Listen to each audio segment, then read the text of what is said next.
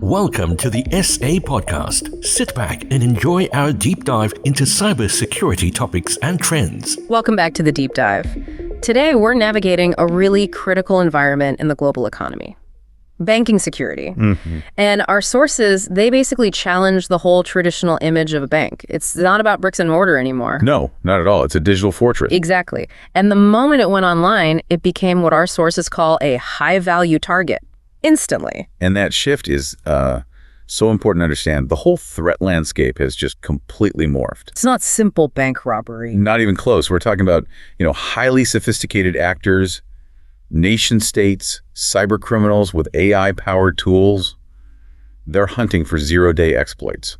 So for these banks, risk management is not just some compliance checkbox. It has to be a survival strategy, a non-negotiable one. And the central thing we found across all the research is this inseparable link between risk management and penetration testing, or pen testing. Right. Our mission today is to really unpack why, in finance, one is basically useless without the other. It's like having zero defense. We really need to move past these theoretical security models. The focus has to be intensely practical. So simulated attacks. Yes. We're looking at how simulated cyber attacks, done ethically, of course, can find those digital weaknesses and then help forge them into something stronger, turn them into unbreakable shields. So if pen testing is the solution, what's the core problem they're facing? Well, traditional risk assessment, it looks backwards. At historical data. Exactly. Historical data, internal policies, it tells you what did happen or what should be happening according to your own rules. And that's the fatal flaw, isn't it? It is, because cyber threats evolve every single minute. If your security is based on last year's data, you're already way behind the curve. So pen testing forces them to look forward. It mimics an attacker's current playbook.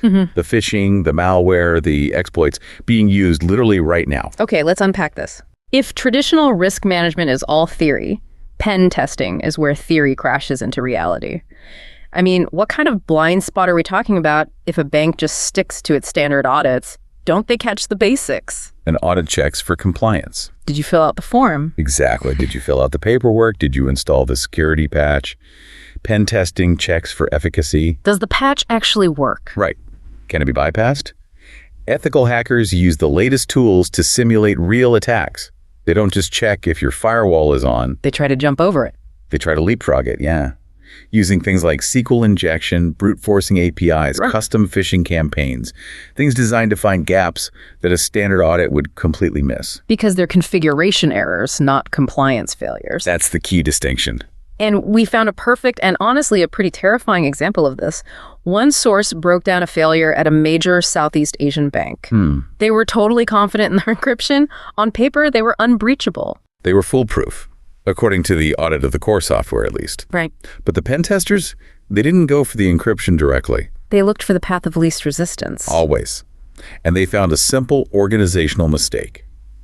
A misconfigured cloud storage bucket. A storage bucket, so they didn't have to break the lock on the vault. They just walked through a side door someone left open. That is the perfect analogy. The misconfiguration made the bucket publicly accessible. It bypassed the entire security architecture, the firewalls, the encryption, everything. And led to a full breach. A full data breach. And it wasn't a failure of some super advanced tech. It was a failure of process. It just shows the weakest link is often in the setup, not the code itself. That story really shifts the conversation, doesn't it? From these, theoretical vulnerabilities to actual quantitative results. You're not guessing anymore. No, you're being shown the exact unlocked door. And that quantification piece seems indispensable. Oh, it is. Because banks struggle so much with prioritization. You run a scan, you get a list of 100 vulnerabilities, now what? Where do you spend the money? Exactly. Which of these pose the highest business impact? That's the million-dollar question. So this is where pen testing gives them that clear quantitative edge. It's not just finding the flaw, it's grading it. How do they do that? They use industry standard metrics like a CVSS score. The Common Vulnerability Scoring System. That's the one. It doesn't just say, this is bad. It gives you a number based on how easy it is to exploit and how much damage it could do. So it's a roadmap. It's a concrete, data-driven roadmap. It lets security teams put resources exactly where the biggest fires are. It turns security spending from guesswork into a A surgical investment. Yeah, surgical. I like that. Look at the Cambodian bank we analyzed. Really? Their pen test showed that a staggering 70% of their critical risks, they were all concentrated in just one place. The mobile app login API. The mobile app login API. Imagine that clarity. Instead of chasing 100 different things, they could throw every developer they had at fixing that one API. And in one sweep, they fixed the majority of their systemic risk. That's the power of it. Yeah. But it goes beyond just making things safer. You also mentioned its connection to, well, regulatory survival. Yeah, you have all the acronyms, PCI, DSS, GDPR, SWIFT, CSP. They all mandate regular pen testing. Right? It's not just a good idea. It's a requirement. And regulators are not forgiving when a breach happens. So the pen test report is your paper trail. It's your proof of compliance, your proof of due diligence. If a breach happens anyway, that documentation is your shield. It shows you took all reasonable steps. It can save you from the absolute worst of the legal fallout. Okay, let's pivot to the cost of not doing this. The cost of inaction. Our sources call it the domino effect. And for banks, the stakes aren't just high, they're existential. We found the stat that 60% of small to medium businesses just collapse within 6 months of a major breach. And for big financial institutions, it's just a cascade of failures. Financial, reputational, operational. It all comes crashing down. And these breaches, they almost always start with the exact kind of thing pen testing is meant to find. A weak password, an unpatched system. A weak configuration in the customer portal, yeah. Something that lets hackers in to steal credentials and start committing fraud. Let's just run the numbers on the financial loss, because they are. They're staggering. The average cost of a banking breach is $5.72 million. And that's just the 2023 number from IBM. Yeah. That's only the cost for cleanup and response. It doesn't include the real damage. No, the real devastating costs are the intangible ones. Take reputation. Yeah. Kaspersky data shows 78% of customers lose trust in a bank after a breach. And when trust goes, business goes. Accenture found that 62% of clients actually switch banks after a breach. 62%. That's a mass exodus. And if you're publicly traded... Investor trust evaporates. Share prices drop, on average 7.5%. That's a vote of no confidence that can take years to recover from. And all the while, the regulators watch it. And they could be crippling. The National Bank of Cambodia, for instance, can fine you up to 10% of your annual revenue. 10%? That alone could sink an institution that's already in trouble. For sure. Then there's the operational paralysis, especially with ransomware. Right. Attackers love to exploit weak Active Directory setups to encrypt core banking systems, and Gartner estimates that downtime costs an incredible $1.2 million. Per hour. Per hour. Not a one-time fine. That's just cash burning while you can't serve your customers. And this idea that you can just pay the ransom and get back to business. It's a myth, isn't it? It's a huge myth. Sophos found that, about 43% of banks do pay, but only 2/3 of them. So 65% actually recover all their data. So you pay millions and you still lose everything. You pay millions and still suffer massive, often unrecoverable data loss. It's just a vicious cycle of neglect. And finally, when those legacy systems crash because of a known bug, loan approvals stop, salaries don't get paid. And the emergency fix the rush to clean up the mess ends up costing 3 times what a planned upgrade would have. Okay, so this is where it gets really crucial. We need to shift from the what if to the how-to.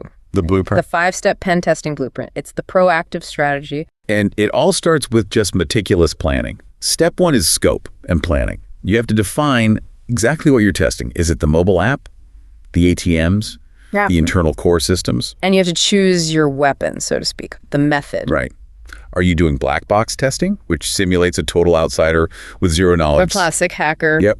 Or gray box, where testers get partial credentials, simulating an insider threat, maybe a compromised employee. And then there's white box, with full system knowledge for a deep code review. Then step 2 is execution. This is where they actually do the things we've been talking about. The phishing campaigns to test employees, the social engineering, and a really specialized technique called API fuzzing.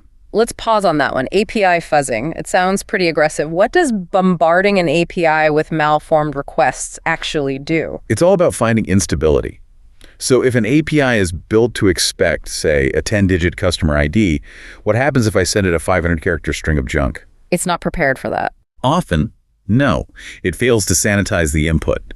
That can cause a buffer overflow, which might crash the system or, even worse, reveal hidden system memory. It's a fast way to find out how robust your systems really are. That makes a lot of sense. So step 3 is analysis and reporting. They don't just dump a list of flaws on your desk? No, they rank them. Using that CVSS score we talked about, exploitability versus business impact. A Thai bank we looked at got a report that immediately flagged ATM skimming risks just because of outdated firmware. High risk, high impact, but an easy fix. An easy targeted fix. And that leads straight to step 4, remediation and retesting. You patch the flaw and then you have to retest.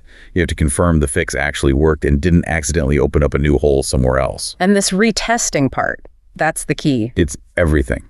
Forrester data shows that banks who do this properly reduce their overall breach risk by 80%. 80%. Just from confirming the fix, that's got to be the highest yield action in the whole process. It absolutely is.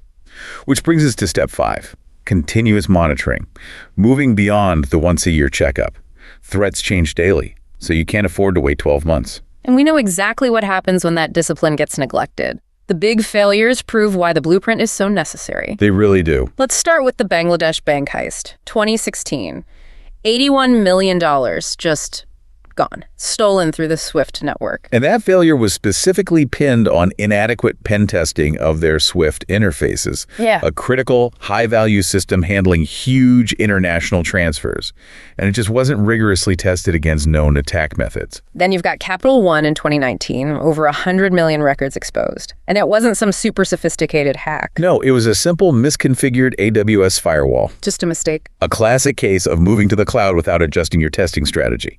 They moved the assets but didn't treat that new cloud environment with the same critical, simulated scrutiny they gave their old systems. And finally, Tesco Bank, 2016. £2.5 million drained from accounts because of weak authentication. The failure there was a failure of scope. They didn't simulate attacks on the specific payment systems. Maybe they secured the database, but they didn't test the actual workflow for processing payments. So all these examples, they just drive home that the breaches weren't caused by a lack of security tools. No. They were caused by a lack of testing those tools and configurations under real aggressive pressure. Precisely. So what does this all mean for the financial institution listening to our deep dive today? I think the core finding is it's unequivocal. Risk management without pen testing is like building a massive, impressive bank vault and then fitting it with a cardboard door. It's pointless. It's a facade. Pen testing is what translates that theoretical compliance into actionable, real-world data. It's not an expense. For any bank in a digitizing economy, it is an investment in resilience and, frankly, in digital trust. So continuous vigilance, constantly informed by these real-world simulations, is non-negotiable for survival. It's about staying ahead of your competitors in this cyber arms race. And that really leads to one last, I think, provocative thought for you to consider. Okay. Given that even these huge breaches, like Capital One, were caused not by some cutting-edge hack, but by simple procedural misconfiguration, what kind of organizational mechanism beyond the technical blueprint we just talked about is actually needed to make sure that the simple, boring, persistent practice of retesting and continuous monitoring actually happens? So it's not a tech problem. Not always. The biggest risk isn't always the technology. It's the operational discipline of the humans who are managing it. A truly critical question for any leader managing a digital fortress today. That's a challenge that requires continuous focus. Thank you for diving deep with us. My pleasure. We'll catch you next time. This deep dive is brought to you by SA Solutions for Asia, empowering you and fortifying your cybersecurity knowledge. Thanks for joining us on the SA podcast. We hope you've enjoyed it. Please like, subscribe, and share, or leave us a comment, and get in touch with us for all your cybersecurity needs. SA Solutions for Asia, empowering you and fortifying your cybersecurity knowledge.